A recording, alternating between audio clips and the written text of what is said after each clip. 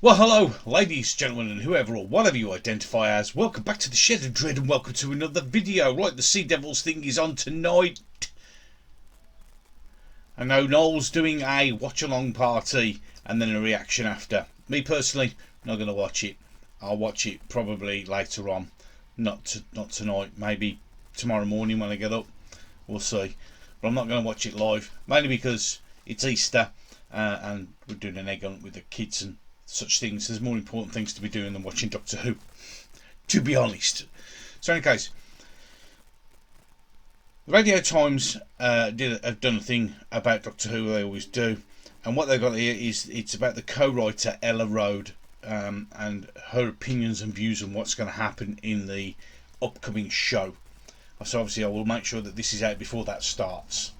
So I shall read through this and we can sort of react together.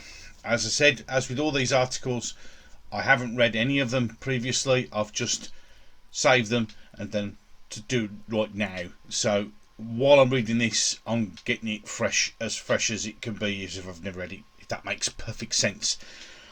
Right then, so there's two articles which I'm going to merge into this one video. So because I presume they're from the exact same article, so I'll do it like that. So this is the way, but there's two sections. So section number one is Doctor Who writer says same-sex romance will be handled delicately. Now before we go any further with what this thing is, let's get this absolutely perfectly clear. Thasmin, as it's called for whatever stupid dumbass reason, this is being shoehorned in.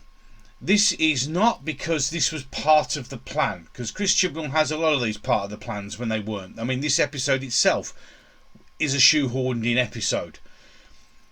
This is, again, the BBC, Chris Chibnall and everybody else who has anything to do with that, doing what they always do, which is pandering to the Twitter nutters who won't watch the show. They are doing what all these woke organisations do now, which is to pander to an audience that they think is there because they read these morons on Twitter shouting and ranting and raving about this and there should be that and there should be this and there should be that and there isn't this and there isn't that, and then they do it, but these same people never watch it. They just move on to the next thing to complain about, and that's a fatal flaw, I'm afraid. And this is just, again, another example of how this is going to be done, not because it's a natural progression of the characters, which if you've watched this dumpster fire of a series, there is no arc at all. I mean, there's never been an arc in anything. I mean, you know, back when she had, you know, Ryan, who got dyspraxia, and it was mentioned once and then just completely forgotten, because they haven't got the imagination to write a story arc. They think they're writing a story arc, they're not. What they're doing is they're looking and just cherry picking bits and pretending it's all one big story, when in reality there is no character development. Yes, it was mentioned in the last one that Yaz has feelings for the Doctor. Yeah, but that, again, I think that was shoehorned in. It's all part of this. Oh well, look on the Twitter. They all want this romance. They all want this romance. We don't, because anyone who's a Doctor Who fan knows that the Doctor and romance are two things. He has said many times himself he doesn't want to get attached to people because it's horrible to watch them die, which is very much akin to Highlander, where MacLeod won't get involved with women because he hates watching them go old and die, and it breaks his heart, so he wouldn't want to do that in any case. So with that little thing thrown out, let's crack on. So Easter special co-writer Ella Road opens up on what to expect from the Doctor and Yaz. In Doctor Who's New Year Day special, it was finally confirmed that long-time Yaz, Plank, Mandip Gill, had feelings for the Doctor, with the pair's romantic tension set to develop on the upcoming Easter special Legend of the Sea Devils, which is on very soon. It's not. It's just a lot of rubbish. These three specials, they seem to be just looking at Twitter, seeing what next thing that people apparently want, and they're just throwing it in. It's not good at all. And now the new specials co-writer Ella Road has opened up about the process of writing the same-sex romantic storyline, noting the production team were too keen to handle the relationship delicately. They're making out that same-sex relationships and gay relationships have it's all new. I mean, we've had Bill, who was an open lesbian, and we know that because on every single episode she took the opportunity to remind us that she was, which was completely unnecessary. And Captain Jack Harkness, he's gay as they come, and we've had kisses and everything. But no, because this is important. Yeah, it's modern day times where they think that what they're doing now is groundbreaking. It's never been done before. I remember Brookside with the very first lesbian kiss on telly, and that was a long time ago. So you're not breaking new ground at all. You're not doing something special. What you're doing is trying to pander to people who aren't interested. I mean, I guess once those conversations had been opened up, they needed to be continued. Well, the conversation didn't need to be opened up, and it didn't need to be continued. You're not continuing it, you're just forcing it in. Rowe told the RadioTimes.com. I think we're all keen to make sure that we were handling all that stuff delicately. Basically, there were conversations that needed to be had based on what was happening in the episode before, and so we continue to have them. But yeah, that's all I can say. Oh, is this the delicate conversations that needed to be had, like when Graham said to the doctor that he was frightened of his cancer coming back, and she pretended said I'm socially awkward and just dismissed it and ignored it because this doctor has no compassion, no emotion, no feelings, no nothing. The only thing this doctor's interested in is herself, and that's been blatantly obvious that she will gladly sacrifice anyone and everything just to protect her own ass. She is not the doctor, and that's why she's not the doctor. There is no compassion at all. If you look through the history of the doctor, there is compassion. Be kind, remember. I mean, look how Ten sacrificed himself for Wilf, knowing that he was going to die. And that brilliant speech in the room, I could be so much more. But he gladly sacrificed himself for Wilf. This isn't a doctor. This isn't compassion. This is nothing. No, Rode noted that the balancing this character-based storyline, it's not. There is no characters.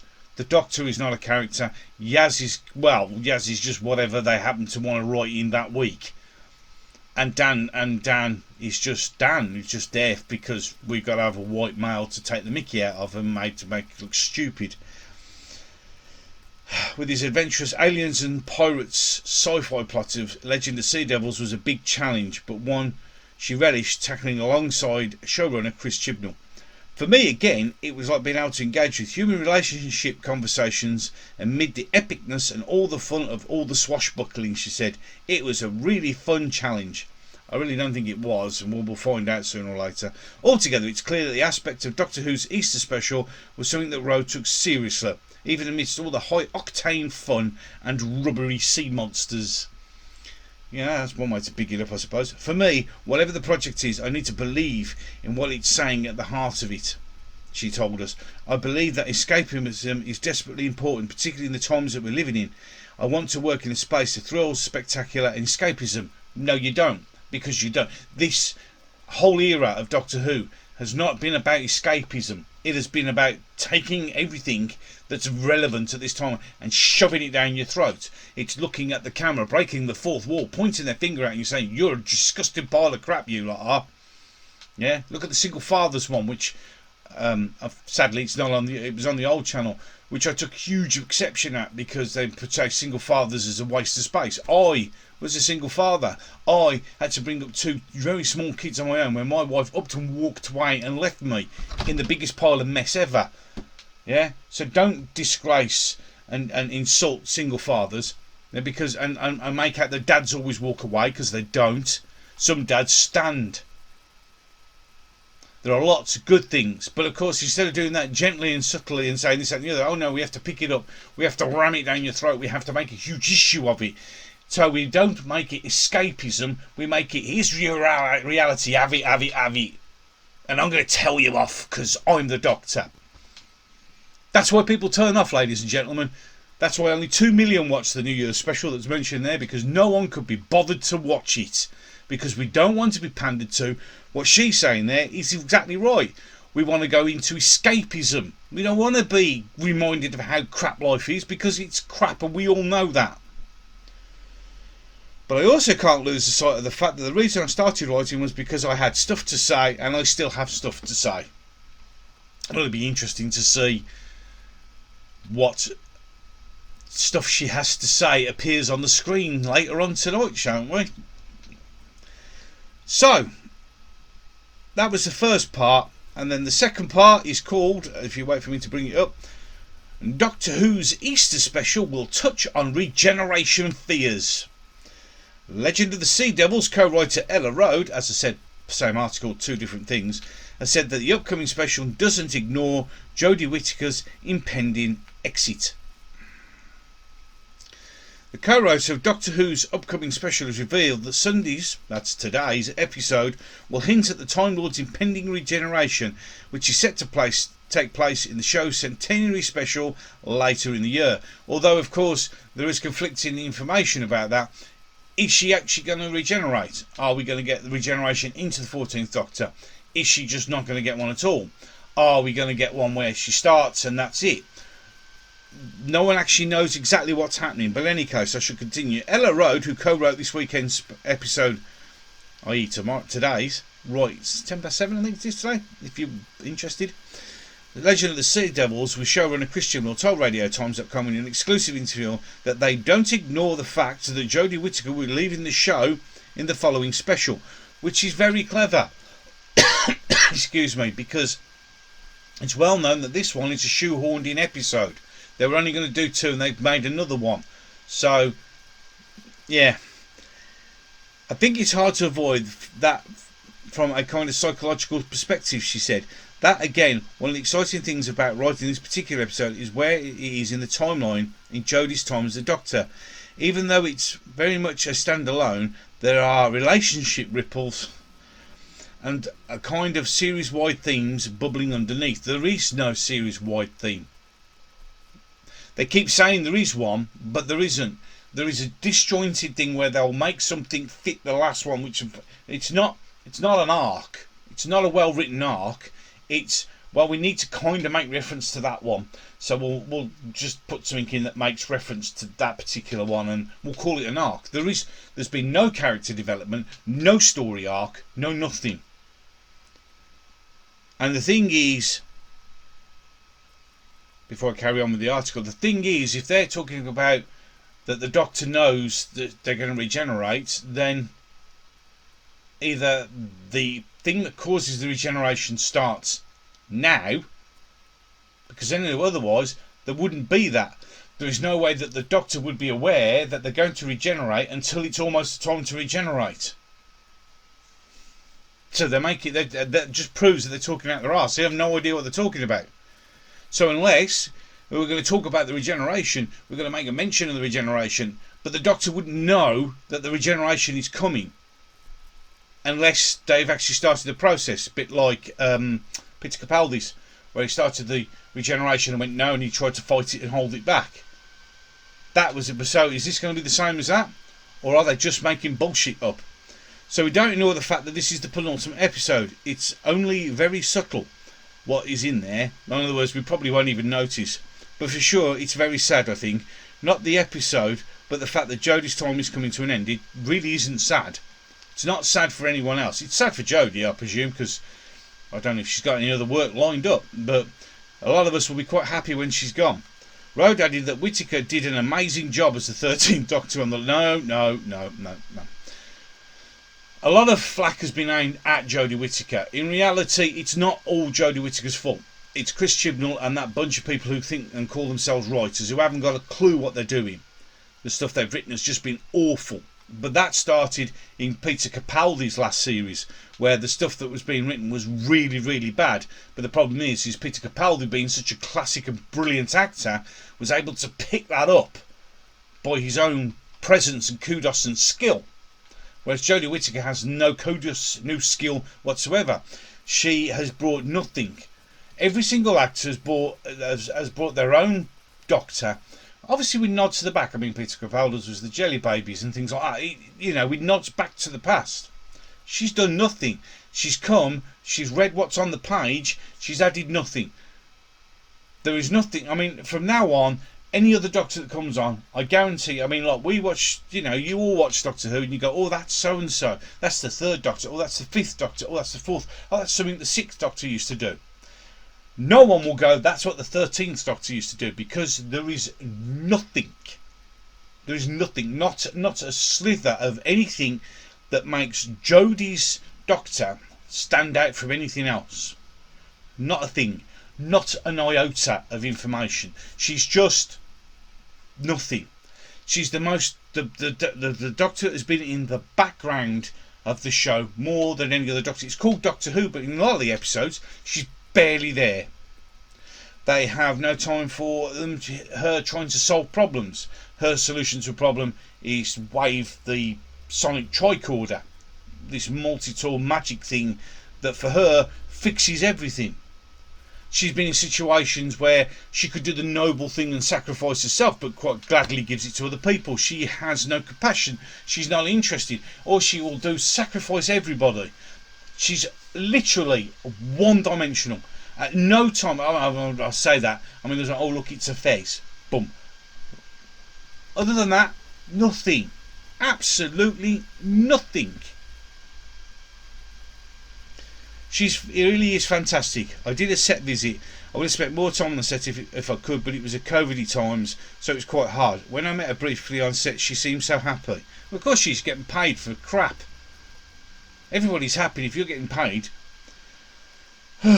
Any case, the Doctor Who's Legend of the Sea Devils will see Dr. Yaz and Dan go up against one of the Time Lord's oldest adversaries, meeting Pirate Queen Madam Ching. Remember, I've done a video on that on my channel just to give you some background on who actually turned out to be an absolutely amazingly fascinating woman, well worthy of her own show, well worthy of better recognition for what she accomplished. I mean, that's the thing that Doctor Who won't give her. But you know, so if you want to know, just go back. Who's Madam Ching? I've done a video on it, so you can have some background history. So that's going to be it tonight, 7:10, and we get the joy of it all. It's just oh, that's nice to know. All the 13 series of Doctor Who is now available to watch on Prime Video. I have Prime Video. I'm not going to waste it on that. Although that might be an interesting way of watching it without the BBC getting the credit. I'm going to watch it on Prime. So any case, so there you go. So we've got the Thasmin romance that's been rolled into it and shoehorned into it to please the morons on Twitter who won't watch the show because whether they ever paid any attention,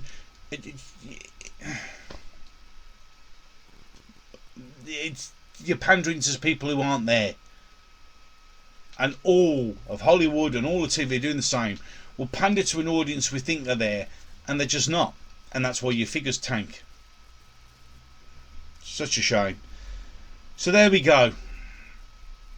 So we've got Thasmin coming, and apparently we're going to not acknowledge the regeneration, even though the Doctor is completely unaware of the regeneration. So why would you pay notice to the regeneration unless, of course, as I said before, she sustains some sort of injury that causes the regeneration to start, a la Peter Capaldi's one, or even, you know, the 10th, when he had time to wander around and, you know, say goodbye to people. I mean, that was a very long-winded goodbye, but they could do the same thing here, couldn't they? Who knows, any case. So look forward, or if you're looking forward to tonight, we'll wait and see what comes out of it, and then I'll have a reaction video probably here on Tuesday, I would imagine. Try and get it out for Tuesday for you, for what I thought of the episode. Remembering, ladies and gentlemen, that all these things that I've just said are now but my opinion. There are nothing more than that, and everybody's entitled to them. So we're going to get a romance apparently. We're going to talk about the regeneration apparently. There's a lot of apparentlys. I mean, there's an article I've done on another video which was up on my channel talking about Centenary. We're going to tease about things we're going to do, but then didn't tease shit. It'll be interesting to see what happens. So with that, I'm going to bring this video to a close. Thank you so much for watching. If you enjoyed this video, please like and share. If you want to see some more videos like this on my channel, then just hit that subscribe button. And with that, and as always, and until the next one, ladies and gentlemen, I'm going to love you and leave you. Thanks for watching.